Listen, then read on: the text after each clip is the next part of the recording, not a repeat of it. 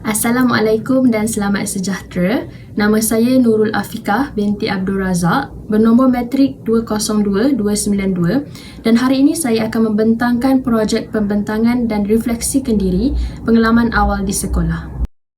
Berikut merupakan agenda pembentangan pada hari ini. Saya mulakan dengan latar belakang sejarah penubuhan sekolah. Sekolah Menengah Kebangsaan Konvent Bukit Nenas merupakan sebuah sekolah yang terletak di tengah Bandaraya Kuala Lumpur.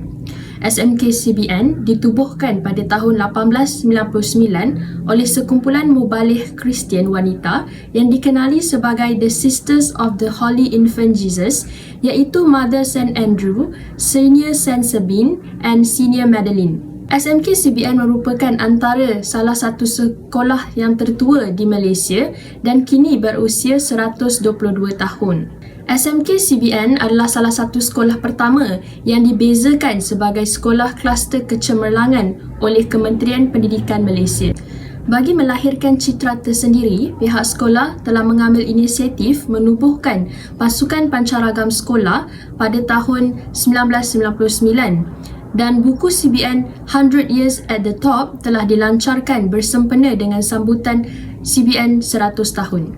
Misi sekolah CBN ialah warga CBN mendukung cita-cita meneruskan warisan kecemerlangan akademik dan co-kurikulum di samping membentuk individu berperibadi mulia dalam persekitaran yang bersih, ceria, selamat dan dengan kerjasama komuniti.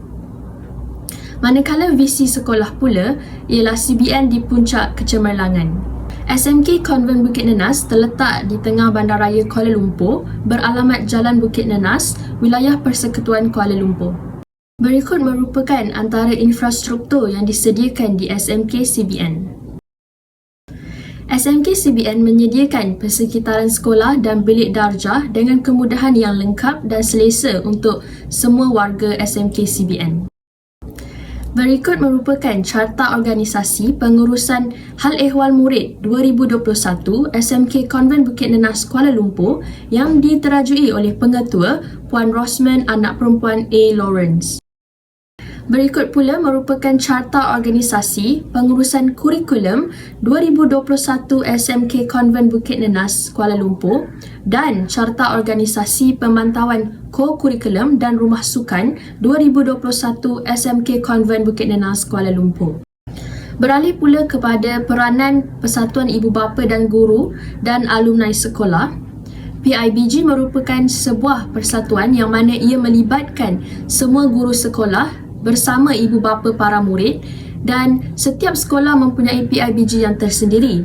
Oleh itu, PIBG berfungsi sebagai satu jambatan yang menghubung dan mendekatkan antara rumah dengan sekolah serta antara ibu bapa dengan guru secara baik dalam melatih dan mendidik anak-anak menjadi manusia yang berguna. PIBG di SMK CBN dilihat amat aktif dan menjalankan pelbagai aktiviti yang bertujuan untuk memanfaatkan warga SMK CBN itu sendiri. Antara aktiviti yang dijalankan ialah perjumpaan antara ibu bapa dan guru bagi membincangkan dan mewujudkan program-program khususnya bagi murid-murid tingkatan 3 dan tingkatan 5 yang akan menduduki peperiksaan awam. Selain itu, pihak PIBG juga telah menaja modul dan buku-buku latihan sepanjang musim pandemik COVID-19 ini berlaku. Tidak ketinggalan, PIBG juga memberi bantuan dan sumbangan kepada warga SMK CBN yang terjejas akibat pandemik COVID-19 ini. Kumpulan alumni CBN di bawah nama CBN Alumni secara rasminya ditubuhkan dengan pendaftar pertubuhan ROS pada 28 Jun 2018 dan diketuai sendiri oleh bekas pelajar CBN dengan semangat untuk berbakti kepada masyarakat. Menurut pemerhatian saya, Kelab Alumni CBN amat aktif di laman media sosial dan memanfaatkan penggunaan teknologi maklumat dan komunikasi sedia ada. Alumni SMK CBN amat aktif dan sentiasa bekerjasama dengan pihak pentadbir sekolah dan PIBG dalam memberikan sumbangan dan khidmat bakti kepada sekolah. Dan bagi memudahkan akses dan rujukan kepada semua pihak, satu laman sesawang alumni SMK CBN telah dicipta. Dan laman sesawang ini sentiasa dikemaskini dan dipantau oleh warga alumni sendiri dan pentadbiran sekolah. Antara aktiviti yang dijalankan oleh Kelab Alumni SMK CBN ialah Majlis Makan Malam Alumni, pemberian bantuan makanan kepada mangsa yang terjejas COVID-19, pemberian bantuan peralatan kerusi kepada sekolah bagi mengekalkan persekitaran dan melestarikan persekitaran sekolah, serta bacaan Yasin bagi mangsa-mangsa yang terjejas kepada COVID-19. Selain itu, Kelab Alumni Sekolah dengan kerjasama PIBG telah berusaha untuk mengumpul dana bagi penambahbaikan sekolah. Serta pihak alumni sekolah telah menaja alatan gadget kepada pelajar-pelajar yang mempunyai masalah dalam mengikuti kelas secara dalam talian ini. Kini saya beralih kepada pemerhatian terhadap proses PDPR secara dalam talian. Dan sepanjang menjalani PALS, saya telah mengikuti kelas bersama guru pendamping sebanyak 2 kali. Dan di sini saya dapat menyimpulkan kekuatan aktiviti pengajaran dan pembelajaran yang dilaksanakan. Antaranya, guru pendamping mengaitkan topik pembelajaran dengan isu semasa. Kemudian, guru sentiasa memperbetulkan cara sebutan murid-murid. Dan guru juga turut merujuk glosari bersama murid-murid untuk mencari makna dalam sesuatu petikan. Selain itu, guru turut mengajarkan dan mengingatkan kembali murid-murid tentang teknik-teknik penulisan, contohnya penulisan rumusan dan mengaitkannya dengan kehendak soalan peperiksaan. Guru juga dilihat menerapkan pengajaran yang fleksibel dan memudahkan serta memahami murid terutamanya dalam masa pandemik ini. Sebagai contoh, guru memberi latihan pengukuhan kepada murid dan murid boleh menghantar lembaran kerja terus kepada guru di Google Classroom, dan sekiranya murid mempunyai masalah atau kesukaran dalam mengakses internet, murid boleh terus berhubung dengan guru di talian WhatsApp. Berdasarkan pemerhatian, saya juga dapat menyimpulkan kelemahan aktiviti pengajaran dan pembelajaran yang dijalankan.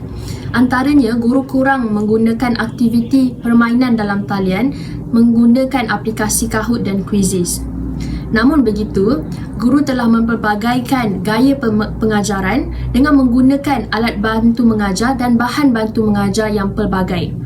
Antaranya ialah menggunakan buku teks, tayangan slide pembentangan, menayangkan video di YouTube, dan guru turut memaparkan petikan serta infografik yang amat berguna kepada murid-murid. Saya dapat melihat amalan pedagogi yang diamalkan oleh guru pendamping saya berteraskan pembelajaran abad ke-21, di mana ia merupakan satu pengajaran yang berpusatkan murid. Dan pengajaran ini akan menyebabkan kemahiran inquiry murid sentiasa berkembang. Selain itu, guru pendamping juga turut menerapkan elemen teknologi maklumat dan komunikasi dalam pengajaran, di mana guru bukan sahaja mengajar bahasa, tetapi guru turut mengajarkan murid-murid cara-cara menggunakan Google Drive dan memuat naik bahan di laman berkenaan.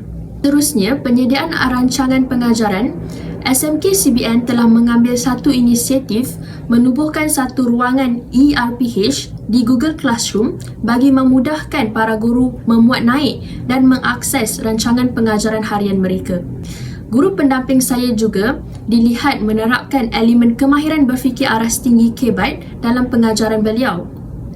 Guru pendamping saya sentiasa bertanyakan murid dan meminta murid menghuraikan pandangan yang mereka ajukan. Dengan cara ini, ia dapat mengasah dan mengembangkan kemahiran berfikir kreatif, inovatif dan kritis para murid. Sepanjang menjalani proses pemerhatian terhadap PDPR secara dalam talian, ia telah mempersiapkan dan menyediakan diri saya sebagai bakal guru di sekolah kelab dengan cara saya berusaha menjadi seorang guru yang kreatif, inovatif, berteknologi serta berpengetahuan tinggi. Beralih pula kepada refleksi terhadap budaya sekolah. Budaya sekolah yang sihat mampu mewujudkan satu identiti sekolah atau imej sekolah yang dikenali sebagai sekolah berwatak. Antara budaya sekolah yang dilihat diamalkan di SMK CBN ialah amalan memberi salam dan mengucapkan terima kasih. Warga SMK CBN sentiasa memberi salam dan bertegur sapa tanpa mengira latar belakang, dan murid-murid sentiasa mengucapkan terima kasih terutamanya kepada para guru sebagai tanda penghargaan. Seterusnya, amalan berinteraksi dengan mesra kepada semua pihak. warga SMK CBN sentiasa mengamalkan sikap mesra dan beradab sopan dengan semua pihak. Sekali, budaya sekolah yang diamalkan ialah amalan membaca doa sebelum dan selepas sesi pembelajaran, di mana murid-murid telah diajar untuk sentiasa membaca doa dan memohon keberkatan mengikut landasan agama masing-masing sebelum dan selepas sesi pembelajaran berlangsung.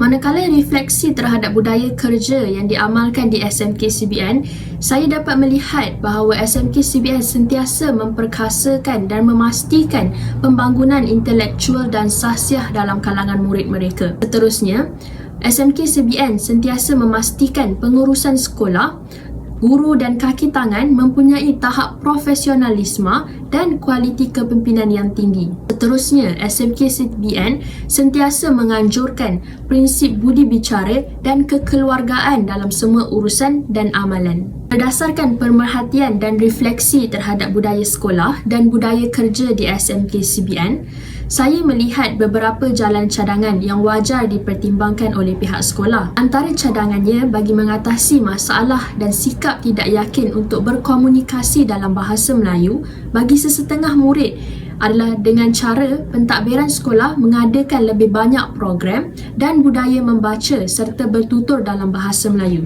Saya yakin dengan usaha dan pengamalan budaya yang berterusan ini, kekurangan ini akan dapat diatasi. Pihak sekolah juga boleh menerapkan amalan di mana murid dan setiap warga sekolah itu perlulah bertutur dalam bahasa Melayu standard semasa berurusan dengan pihak pentadbiran atau pejabat sekolah. Dan hal ini secara tidak langsung akan dapat melatih murid untuk berani bertutur dalam bahasa Melayu. Kini beralih pula kepada refleksi terhadap aktiviti co-curriculum.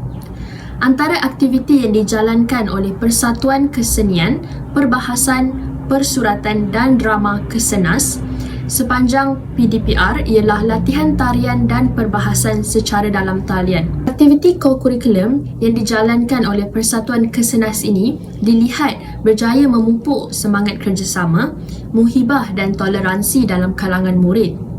Di samping itu, aktiviti ini juga berjaya mencongkil dan mengembangkan bakat dan minat dalam diri murid.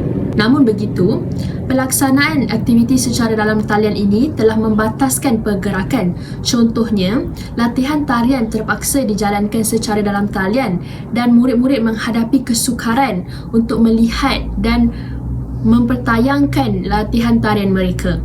Seterusnya, kelemahan aktiviti co-curriculum ini juga ialah kehadiran murid tidak mencapai sasaran. Aktiviti co-curriculum ini dikendalikan dengan cara perjumpaan dan kehadiran dicatatkan di Google Meet, di mana guru penasihat juga akan sentiasa memantau perjumpaan, dan di akhir perjumpaan, guru penasihat akan membuat laporan pengukuran prestasi setiap kali tamat perjumpaan aktiviti.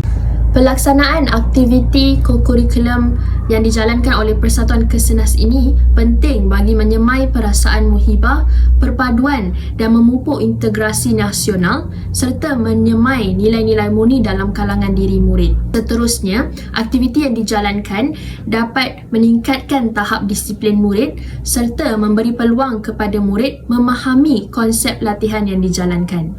Seterusnya, aktiviti co-curriculum ini juga penting dalam kerjaya perguruan kerana ia membolehkan para guru mengenal pasti tahap komitmen, pengetahuan dan kemahiran dalam merancang, melaksana, membimbing dan menilai murid dalam mengurus aktiviti co-curriculum. Selain itu, guru-guru di sekolah akan lebih memahami tugas-tugas yang perlu dijalankan dalam pengurusan co-curriculum itu sendiri. Akhir sekali, saya dapat merumuskan sepanjang saya menjalani PALS, saya dapat melihat bagaimana budaya sekolah dan budaya kerja yang dapat diamalkan di sekolah berkenaan. Sikap keterbukaan murid untuk menerima nasihat dan teguran dapat membentuk suatu generasi yang berintegriti dan berketerampilan unggul. Manakala, sifat keterbukaan seorang guru pula dapat memupuk sifat pendidik yang fleksibel.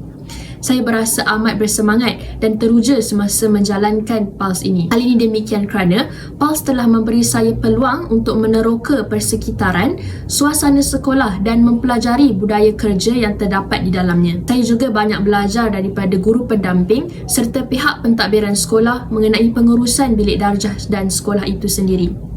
Saya dapat membuat pemerhatian mengenai sikap tanggungjawab, etika perguruan dan kepentingan interaksi antara guru dengan murid, pihak ibu bapa dan sekolah. Dan penglibatan diri dalam aktiviti PDPR ini memberi pengalaman baharu dan melatih saya untuk menjadi seorang bakal pendidik kelak. Sekali, cadangan aktiviti sulam ialah pelaksanaan permainan bahasa berkaitan bahasa Melayu seperti aspek tata bahasa dan komponen sastra Komsas, di mana ia menggunakan teknologi augmented reality AR dan menerapkannya di media sosial Instagram. Dan permainan bahasa ini dapat mengajak dan memberi pendedahan kepada murid untuk belajar secara lebih serantai dan seronok. Setakat itu saja pembentangan saya.